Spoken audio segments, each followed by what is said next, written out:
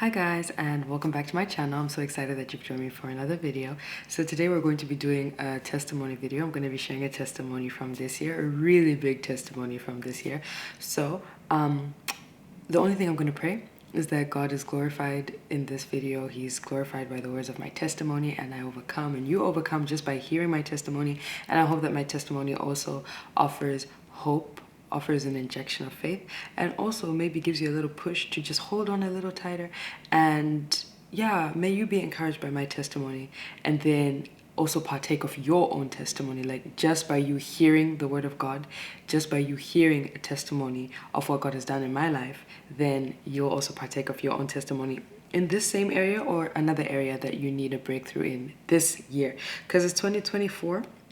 You know, today's the 17th of December.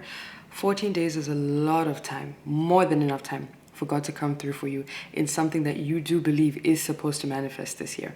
And by manifest, we are not talking about the weird manifestation that people are talking about these days. We're talking about God's plan, God's will for your life being made manifest by prayer, by petition, by fasting, by faith, through His Spirit. Let's just get that clear. So I'm just gonna give a bit of a background to the story. So in July of this year, I applied for my family and I to attend my brother's graduation in Australia. And first of all, that process took like each application I think took about 1.5 to 2 hours. And I did for myself, my mom, and my dad. And the visas did come out like in time to get to the graduation, because the graduation was in August. So also on our ends, we took like a long time to get ourselves sorted out. But anyway, so all the visas came out except mine. So I was like, oh, okay. Like for like 20 seconds, I was really upset because I was like, oh, Lord, I had faith that I was going to go, and I was really excited to go. Not just because I was going to be traveling, because I love traveling, but also because, I was excited to see the city where my brother had been living. I was excited to just travel and see more of the world. And I've never been to Australia before, and I never thought I would go to Australia. I never had any interest in going to Australia, to be fair, to be honest. Like, it's never been one of those countries where I'm like, I want to go there. So yeah, when the opportunity then presented itself, I was like, oh, this would be really nice. So yes, the visa was rejected, and I was like, Lord, what? Like, I had faith, I prayed, I believed, but it's okay, like, it's fine. So like for 20 seconds I was upset, and then afterwards I said a really short prayer. I was like, Lord, I'll go to Australia when you want me to go, because for sure I know you want me to go. Like, just from the desires that I had, I was like, I feel this is a place that the Lord wants me to go, so I'll go when I'm supposed to go, whether it's next year, whether it's 5 years from now, 10 years from now. I know at some point in my life I will go to Australia. And I actually said those words to my best friend when I was telling her that the visa got rejected, and she was actually like shamed. She was actually I actually saw the pity in her eyes. She was like, I'm so sorry. And I'm like, it's okay. And she's like, no, because I know how much you wanted to go, So that's also a good thing about having people in your life that know you and know your desires and are able to comfort you, and even just extend an I'm sorry when things happen. Like, I'm sorry can actually do a lot. It's just like, thanks. So July came and went. August came and went. My brother graduated. Praise God. We love that. September came and went. October came, and already by this time the idea of going to Australia was so far back in my mind. Like, from the moment that I prayed that, I completely let it go in my mind. Like, I didn't even think about it after that. So on the 14th of October, I was taking a nap. So my mom and I, no, my mom, dad and I, my dad and mom and I, my dad and my mom and I, my parents and I were in Yanga, and we were like driving through the mountains, and it was really great. And then I was doing one of the prayers from the midnight threshing floor, and when I was finished, I was like, oh, let me just take like a little nap. So I was like falling asleep, and then I had a vision. And I do get visions, I do get dreams, which is great, but this one was just like, I don't know, it was just like so clear. And usually when I get visions, it's actually when I'm like falling asleep. When you're in between sleep and not sleep? Yeah, that's usually when I just get like a flash of something, and it lasts like 3 seconds, 2 seconds, 1 second even. It's just like a very short, So in this vision, I was with my brother at the Melbourne airport. And the thing is, I know what the Melbourne airport looks like because my parents went and they took pictures. So I saw myself there with my brother and bags. So I woke up from that vision and I literally told my parents, I was like, I think God is telling me to apply for my visa again.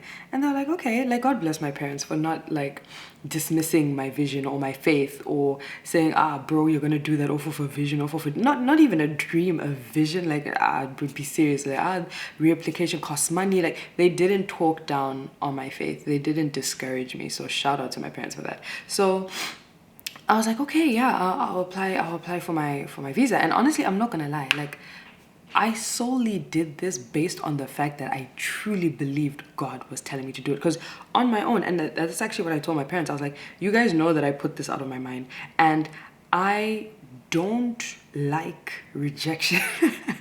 And it's something that I had actually struggled with at the beginning of the year. So I don't know, I feel like maybe it was like, I don't want to say it was a test to see how I'd react to rejection, but when I did get the rejection letter, I took it to God in prayer. And I think that, I don't know, I haven't quite like figured it out yet, but maybe it's a wrestling, maybe it's a overcoming, perhaps. I could be wrong, I don't know.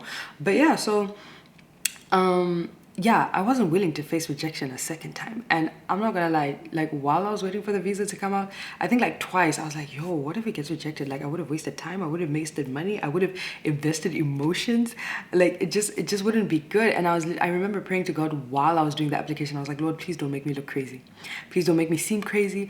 And I was just like, Lord, there's so much writing on this, like, please don't do this to me. Like I just did not want to face rejection because it's something that I feel like I've overcome, and surely it's something that perhaps might occur to see how we're doing in that area. I don't know, but I was like, Lord, you cannot watch all that has gone on in my life with reference to rejection and then do it again, like or allow it again, not do it again, allow it again. So yeah, I applied for the visa on the 5th of November, and on the 15th of November, I went for all-night prayer. I was about to say prayer watch. No, it was an all-night prayer. I went for all-night prayer on the 15th of November, and the number 15 is really special to me. The number 15, the number 22, the number 21, like number 8, number 7, number 3. Like there's so many numbers that I just like that highlight to me. But yeah, 15 is one of them. So went for all-night prayer. Then towards the end of all-night prayer, the pastor who was praying then said that visa is granted.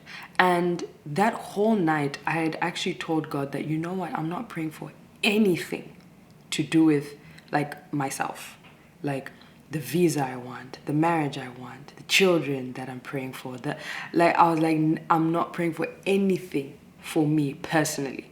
I'm just gonna go with what the prayer leaders are praying about. Whatever they're praying about, that's what we're focusing on. It's none of me, it's all of you. I'm here for a reason, so lead me by your spirit. So when he said the visa is granted, I didn't even catch it. Like I didn't even say I received. I was just like, okay, like I just let it go. And then I think like a few days later, I was like, the pastor said the visa is granted and I didn't receive it. I didn't like, so I almost went into this like mode where I was like, what if I miss it because I didn't receive it? But it's like, but then like very quickly I was like, no, but if God is for me, who can be against me? If this isn't God's plan, it's gonna happen whether I receive it or not. God's sovereign. God is more sovereign than I receive. It's good to receive things, it is, but God's sovereign. That's my basic point. So on the 21st of November, we went out, my family and I, for dinner.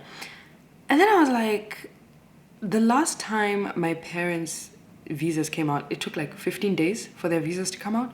And I was like, it's been more than 15 days. Like the 21st, I was like, surely it's been more than 15 days. Like I didn't really do the math, but I was like, time has passed. So surely I should have a response. So I went to my email and I saw that there was no email. So I was like, okay, all right. So then I was like, okay, let me scroll a little. And then I saw an email that I had actually, like, I saw it, but I didn't open it because it was a no reply type thing. So I thought it was just like a general update. So I was like, let me just check this email. Like, let me actually check this email.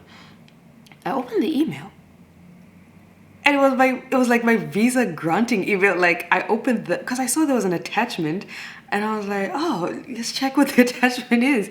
And then I opened it and I just see granted. And I'm like, is this my visa?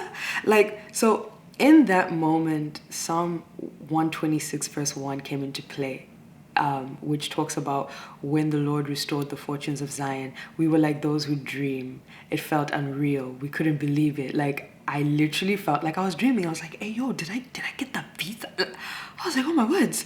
Like, I actually got the visa. And I was like, oh my word. I was like, thank you, God. At least now I know I'm not crazy.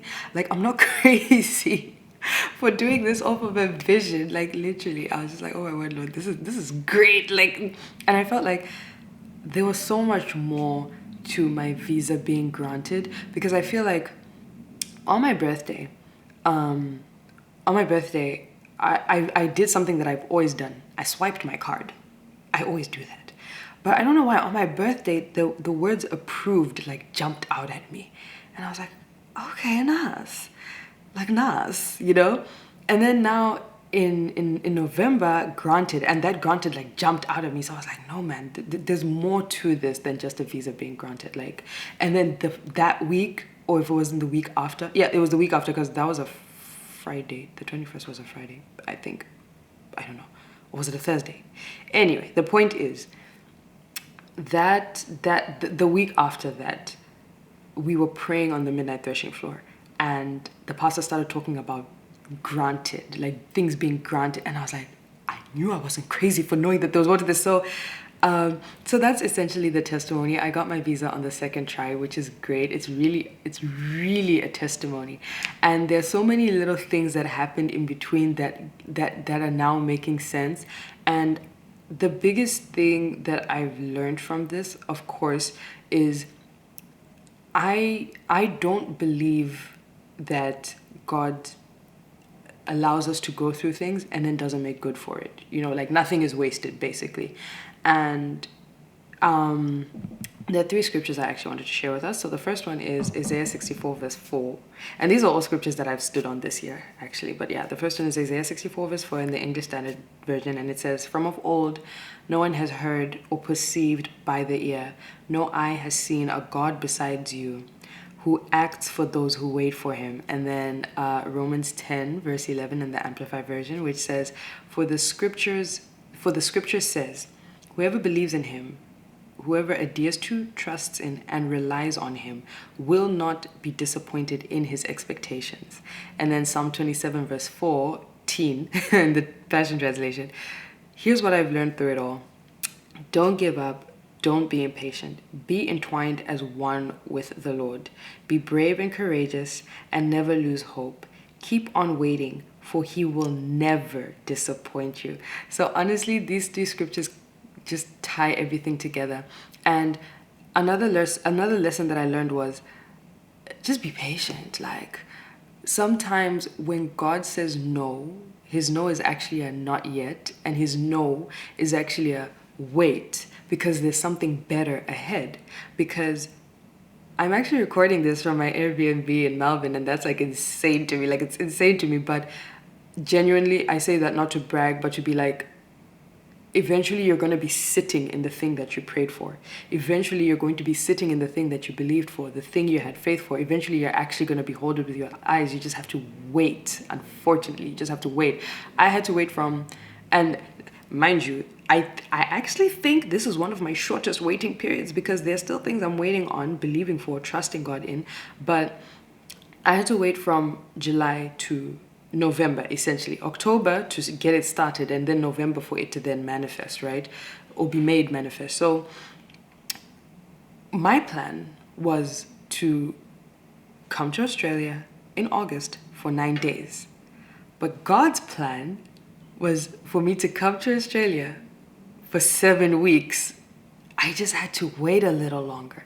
So this is also an encouragement to just wait, because he really is the God of Ephesians 3:20. Like, it's literally more than I asked, thought, imagined, guessed, dreamed, wanted even, desired even. And even when I got the visa, I was like, oh, okay, surely I'll go next year. Like, let me save a bit of money. Let me, get my there were a lot of things that I wanted to do that I didn't end up doing.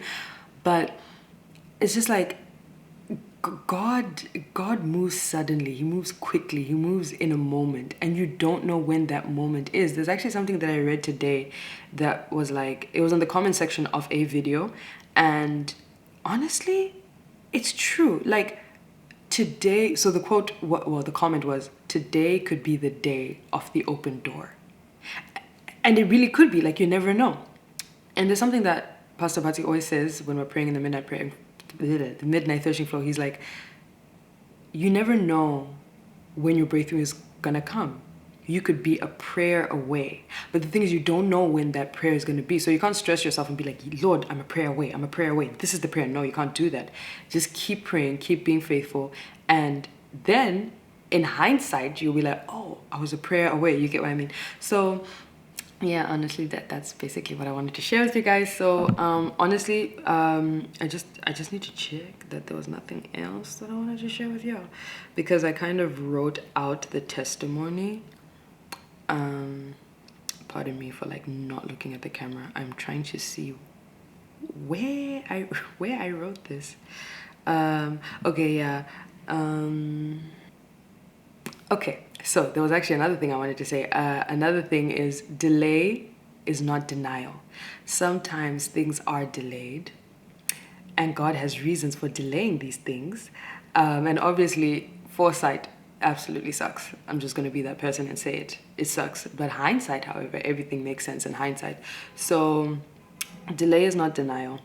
And you just have to hold on a little bit longer. And we really, truly never know when, okay, for example, if you look at the example of Joseph, we never know when we're going to be in the pit and then, or in prison rather, and then someone's going to have a dream that requires you to be the answer to. And then that person is going to send for you, and then suddenly one day you're out of the prison and you're in the palace. You're out of the pit and you're in your promise. Like, you really never know when that's going to happen.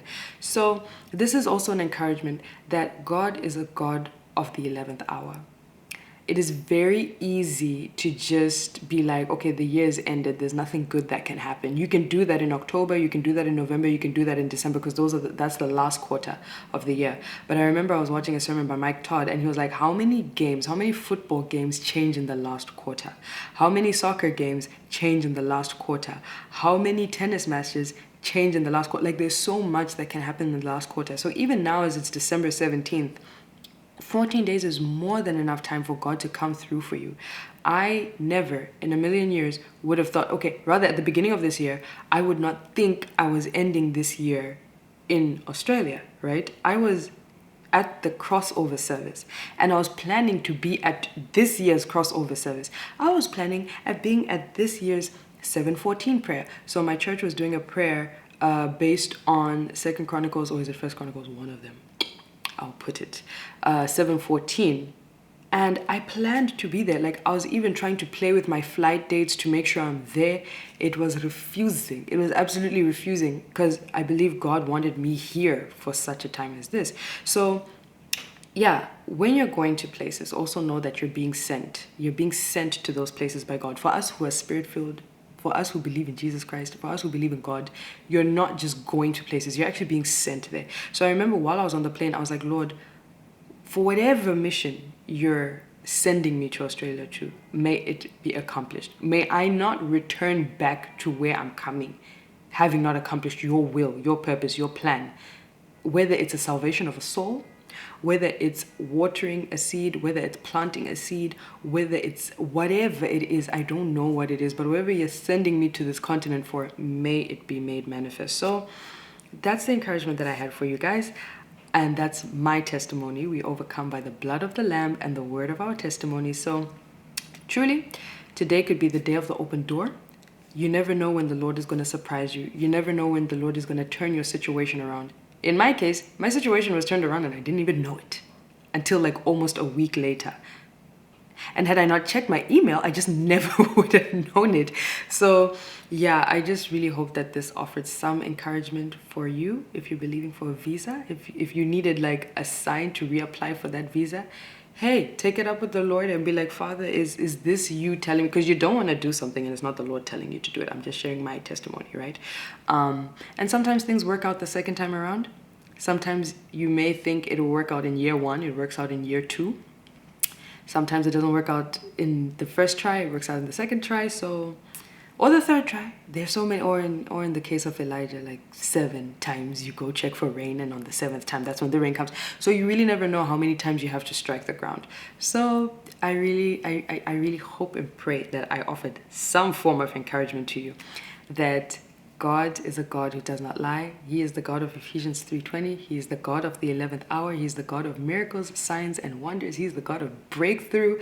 That's 2 Samuel 5 verse 20. He is God, and he is good, and he is sovereign. And I know it really sucks being in the middle, but if you can push just a little farther, I know you'll get to your place of rich fulfillment. Whatever rich fulfillment is for you, whether it's a visa, whether it's a child, whether it's a marriage, whether it's a home, whether it's moving, whether it's relocating, whether it's moving back, whatever your place of rich fulfillment is, I know that you'll get there, because I personally, I know from personal experience that God delivers us from all our troubles, all our trials, and he brings us to a place of rich fulfillment. That's Psalm 66 verse 12. But in essence, Psalm 66 verse 10 to 12. Because you got to go through the fire, then through the water, then he brings you to the place of rich fulfillment. So that being said, I will see you in my next video. And my videos are going to be a bit haphazard, so please forgive that. I just want to get all the videos that I recorded this year onto YouTube, and then start afresh next year. So I'm gonna actually, after this, I'm gonna record some lessons I've learned in 2024 that I think that maybe you can also benefit with, resonate with. I don't know, we'll see. But yeah, I pray the Lord surprises you. And I pray that December 31st, or rather by December 31st, you would have seen the faithful hand of the Lord in your life.